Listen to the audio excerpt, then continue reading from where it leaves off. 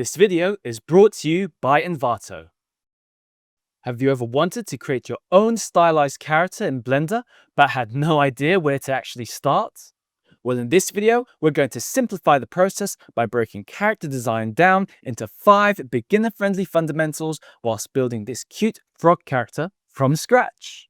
As well as Blender, I'm also using Envato, my all-in-one creative asset toolkit. With the world's broadest stock catalog plus AI built right in, it allows me to streamline my creative workflow by providing all the assets I need in one place. And this is where I'll source some of my background imagery once we finish the build. Before we even open up Blender, let's talk about one of the most important parts of character design: silhouette and shape language. Now, if you look at these characters, they're all built from very simple shapes: big rounded heads, tiny bodies, and soft curves. And even from the silhouette alone, we can already recognize specific traits that make each character feel unique. For example, the samurai immediately stands out because of the large helmet shape and wide horns. The French bulldog stands out because of its large ears and compact body shape. And the frog keeps things extremely simple with its large rounded head, wide-eyed placement, and tiny compact body. Now that we've established the silhouette, let's head into Blender and talk about the next fundamental, where we'll be focusing on proportions and form. This stage is really important because proportions are what give a character its personality. Even with simple geometry, things like head size, limb thickness, body proportions, and spacing can completely change how the character looks and feels. For stylized characters, we're not too worried about realistic anatomy. Instead, try and exaggerate certain shapes to make the design feel more appealing and readable. Want a stronger looking character? Try using things like broader shoulders, taller proportions, and sharper shapes. Want a cute character? Try using things like oversized heads, shorter limbs, and rounder shapes. So first things first, we're going to add our character silhouette into the scene. Firstly, we're going to click on the X-axis here to make sure that we are facing our scene in a flat perspective. Then we're going to press Shift-A on the keyboard, go to Image, select Reference, and then select your character and add. Next, we're going to select this reference image, and then press G on the keyboard and then X on the keyboard to move it down the X-axis like this. And next we want to lock this plane as well, so we don't want to be able to select it. So to do this, click on the filter icon here and then click on selectable. And then where it says empty here, you can go ahead and rename this frog silhouette. We want to go ahead and click on the disable selection here, and this means we can no longer select our silhouette. And right now we're going to start building out the head. So to do this, we're going to press Shift A on the keyboard, go to Mesh, and then we're going to go to UV Sphere, and we're going to press S on our keyboard to go ahead and scale it down. Press G and Z to bring it back up, and then we're going to press S on the keyboard and Y to go ahead and scale it horizontally like that. Next, we want to bring our cheeks down. So in order to do that, we want to go into edit mode. So up here, we go to edit mode and we're going to select the vertexes and then make sure that we are also in wireframe mode. And this allows us to select all of the vertices behind our object as well. We want to select all of these vertices down here, and you'll see that it's selected everything. And then we're just going to press G on our keyboard and Z and bring them down. And in fact, we're just going to bring each of these down one by one. So let's go ahead and bring this down like this. And at the same time, I'm going to press S on the keyboard and Y to scale it horizontally as well. So you'll do that. Now we're just going to bring these vertices up. And then let's bring these up as well. And then let's bring these ones up and these ones up, just so that it starts to match the shape of our head. And you can go ahead and refine your shape so that it matches your silhouette completely. We're just going to go on and go back to the object node and create the rest of our character. So from there, let's go ahead and press Shift A on the keyboard, and we're going to create another UV sphere. And this time we're going to go to the Y mode, press R for rotate, and press 90 to rotate it 90 degrees. And then we're going to go back into X-axis and scale it down. So S on the keyboard again to scale this down. And these are going to act as our eyes. So just place it in the right place like that. Just going to go into the side view here. I'm just going to press S on the keyboard and X to scale it down like that, just to make it thinner. And then press G on our keyboard to grab it, and then X to move it forwards so that it's in front of our head. Now to create the other eye, we're going to use a modifier. So let's make sure that the eye is selected. Go to modifiers, click add modifier, go to generate and select mirror. We're going to want to select Y for the axis, deselect X, and then for the mirror object, eyedropper tool here, we're going to select that and click on the head. Next, we'll create the body, and we're going to do the exact same thing. So press Shift A on the keyboard, go to Mesh and select UV sphere. And then we're going to go back into our orthographic view, and we're going to scale this down. So press S on the keyboard, scaling it right down. Press G and Z here to bring it down here like that. We're going to go to edit mode and use our wireframe mode here again. And we're just going to squish the bottom part of our character, just like what we did with the head. So we're just going to bring each of these vertices up slightly. So press G on the keyboard, then Z, just to move them up. And then once you're happy with the way this looks, go back to object mode, and then we're just going to go ahead and press G and Z to bring our body down. Next, let's create the legs. So press Shift A on the keyboard again, go to Mesh, select UV sphere, scale it all the way down, bring it over to the left, and then just going to go back into our orthographic view here. And we're going to press S on our keyboard and Y to squish it like that. And then we're going to rotate it. So press R on our keyboard and rotate it this way, like that. And then just continue to scale it to the right size of our silhouette. Once you've done that, we're going to do the foot. So again, same thing, press Shift A on the keyboard, go to Mesh, go to UV sphere, press S to scale it all the way down, press S and Z to squish it, S and Y to squish it this way, Z like this. And then this time we're going to go ahead and go over to our top view, and we're going to rotate it this way slightly. So it looks like our frog is squatting. And I'm just going to bring it back next to our foot. So to join these two objects together, all you have to do is press and select both the leg and the foot. And then you're just going to press Ctrl J on the keyboard to join them.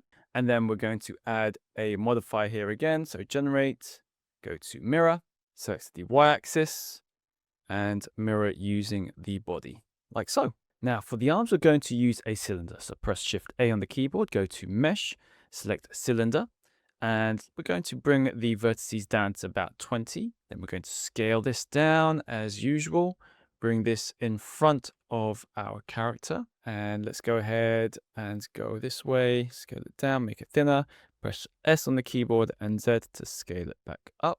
And then we're going to go into object or edit mode. And then from there, we're going to use the loop cut tool here.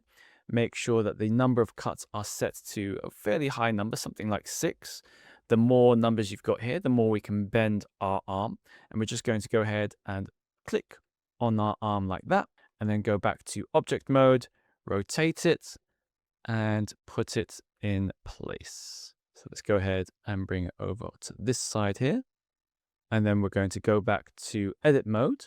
And this time we're going to go ahead and use our selection tool, go to wireframe mode again. And we're going to use a select lasso here like that, just so we can select the vertices like this. So we're going to go ahead and press R on the keyboard to rotate and then G to move it. So R to rotate, and G to move it back up.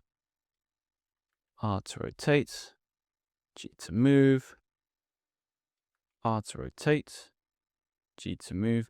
And then each time we do this, we should also scale it down. So let's go ahead and press S to scale it down a little bit.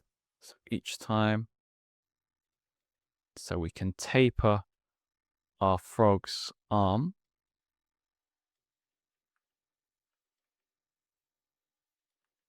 like so.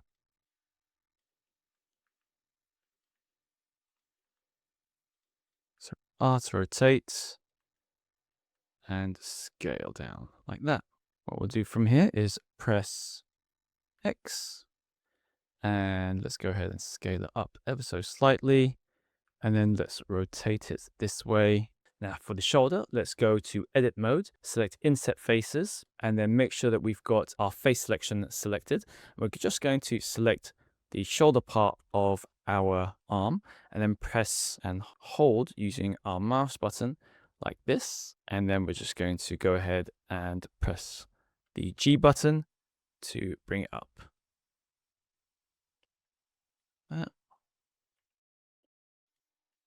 This basically rounds out our shoulder.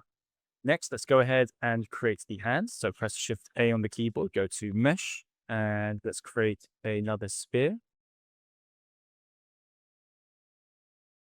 And once you're happy with the way your arm looks and your hand, just go ahead and select both of these. Press Ctrl J on the keyboard to join them, and then you go ahead and add your mirror modifier. Excellent. Shorter limbs and oversized heads tend to make characters feel cuter and more approachable, which feels perfect for our stylized frog character. One common mistake some beginners make is trying to add too much detail too early. If your character starts feeling a little bit awkward or unbalanced, try simplifying it back down to its basic shapes and focus on the overall proportions first. If it looks good at this stage, you're on the right track. So the next fundamental we're going to look at is colors and materials. This is the stage where the character really starts to come to life visually. Even with a very simple model, good colors and materials can completely change the mood and personality of a character. Want an aggressive looking character? Try using things like sharper contrast and more intense colors. Want a cuter look? Then try using things like simple pastel colors, smoother materials, and lower contrasts. So before we start adding color to our character here, the first thing we want to do is we want to try and smooth everything out. So to do this, just go ahead and select our head, go to add modifier, and we're going to go ahead and select subdivision surface. So let's go ahead and do the same with the eyes. So go ahead to generate and subdivision surface. And then once you're happy with the way that it looks, go ahead and select apply for both of these. So go to these and select apply. Now, the next thing we want to do is we want to try and merge these two elements together. So to do this, we need to go to Preferences and make sure that the Bool tool has been installed. So go ahead and search Extensions under Preferences, and then go ahead and install it. And then once that's been installed, go ahead and select your head again. Go to Search, and then select Search Bool, and then select Boolean. And then that will add a Boolean to our head. And we want to go ahead and select Union, use the eyedropper tool, and select the eyes here. And now our head has successfully added the eyes to it, but there's still two separate topologies. So in order to properly merge them together, let's go ahead and apply our Boolean first. We're going to add modifier, go ahead and search for remesh. And now you can see straight away that the mesh has properly merged and the topology is 1. So let's go ahead and select smooth shading for this. Increase or decrease the voxel size. So when you're happy with the way it looks again, go ahead and apply this. Add another smooth modifier to it. So let's go ahead and just search for smooth. We want smooth corrective. And let's crank up the factor to 1. Select only smooth. Change these settings here until we get the shape that we want. And then just go ahead and do the same for the rest of the frog. Now here you can see we finally merged everything together. So our hands are now successfully merged and our legs and feet are merged. And then we've also merged them to the body as well. And one last addition, I've also included a sort of belly shape here in front of our frog. So we can just sort of move that into the center. And that's because we want to create another color for the belly, and you'll see how that works in a second. Select the head. We're going to go to materials, and we're just going to add a new material, and let's call this green. And over in our base color here, we're going to change it from white and to green. Now you'll see straight away that there's no color being applied to our frog, and that's because we're not in the correct mode. So let's go from viewport shading solid to viewport shading material view, and straight away you'll see how our material is being shown. Cool. So we'll add a green for our frog head, and let's go ahead and do the same for our arms. So just going down here, we can just straight away select the green, and same for our body. And over here, you can see where we've added this new belly section here. Let's go ahead and add a new material, and let's call this yellow. And then here you go. You can make a new color for that. Now, the next fundamental we're going to look at is probably the most important part of the character design, and that's facial appeal. It's important because it's usually the thing that people look at first. For more serious looking character designs, try using things like smaller eyes, sharper features, and stronger expressions. For our cute and friendly character, try using things like larger eyes, simple facial features, and softer expressions. For stylized characters, you don't need a lot of facial details to create personality. In fact, simpler faces are often much easier to read. Now let's create a friendly face for our character. Press Shift A on the keyboard, and then we're going to create a new sphere. And then again, let's rotate it by 90 degrees.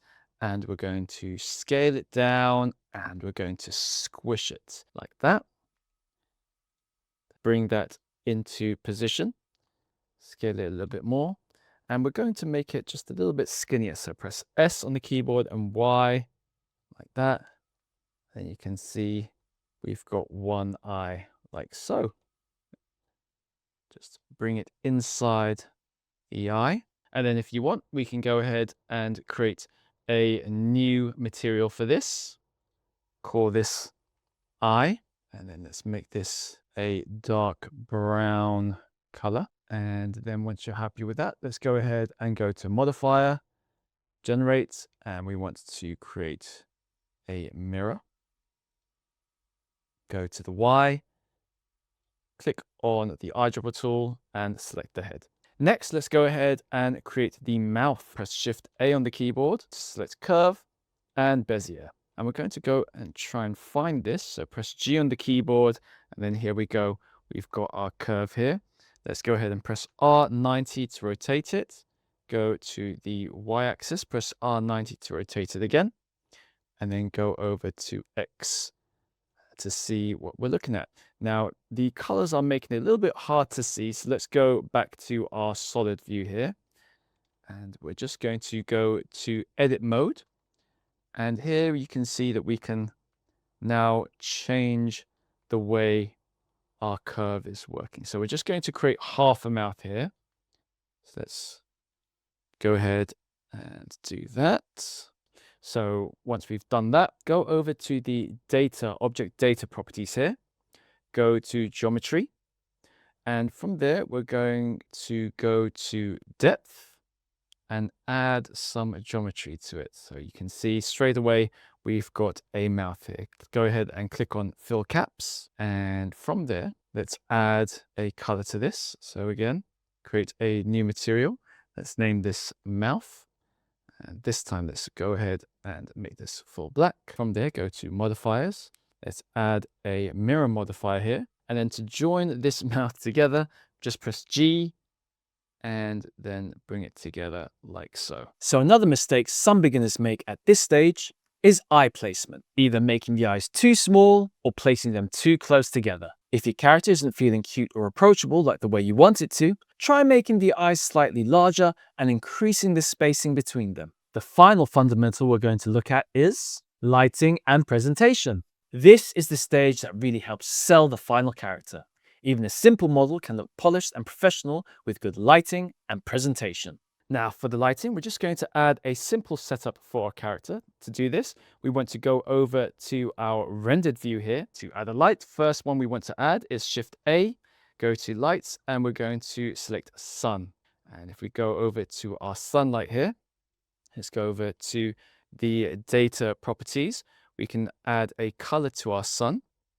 We can also add the strength and also the angle of our sun as well. So let's angle our sun so that it's at a nice angle.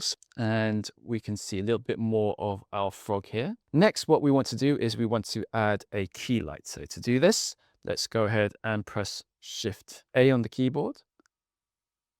Add an area light here. And in order to see our area light, press G. Scale it up, and let's go ahead and make it point towards our frog, like that. So rotate it so that points our frog.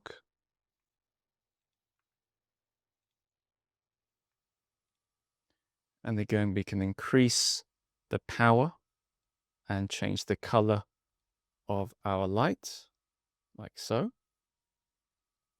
Next, we're going to want to add some light behind our frog character just to add rim light to it. So let's go ahead and duplicate this and press Shift D on the keyboard to duplicate this light. And we're going to rotate it all the way around so that it highlights our frog's back, like so. And for this, we're going to make the color white and crank up the power. And maybe let's go ahead and rotate it a little bit. And you can adjust that as you see fit. You can see a nice little rim light behind our frog character, like that. And then we'll add a third light here. So let's go ahead and duplicate this light. Press Shift D, rotate it. And this will be our fill light. We can reduce the strength here, like that. Cool. And that's a simple lighting setup for our frog character. So now that our character is complete, one thing I like to do is to start exploring the kinds of worlds they might live in. This can help spark new ideas for stories, environments, animations, or even future characters. Tools like Envato ImageEdit can be a great way to quickly generate visual references and inspiration. All you have to do is upload your character image and describe the background image that you want to generate. With tools like ImageGen, it's easy to generate multiple ideas for environments and compare them to see which direction feels the most interesting. Sometimes a change of scenery can completely change the feel of an image and the story you want to tell with the character. And there we have it. A simple stylized frog character created in Blender using 5 core character design fundamentals. If you liked this video, be sure to like and subscribe for more creative tutorials. And let us know what skills, techniques, or creative topics you'd like us to cover for the next video in the comments below. Thanks so much for watching, and I'll see you all in the next one.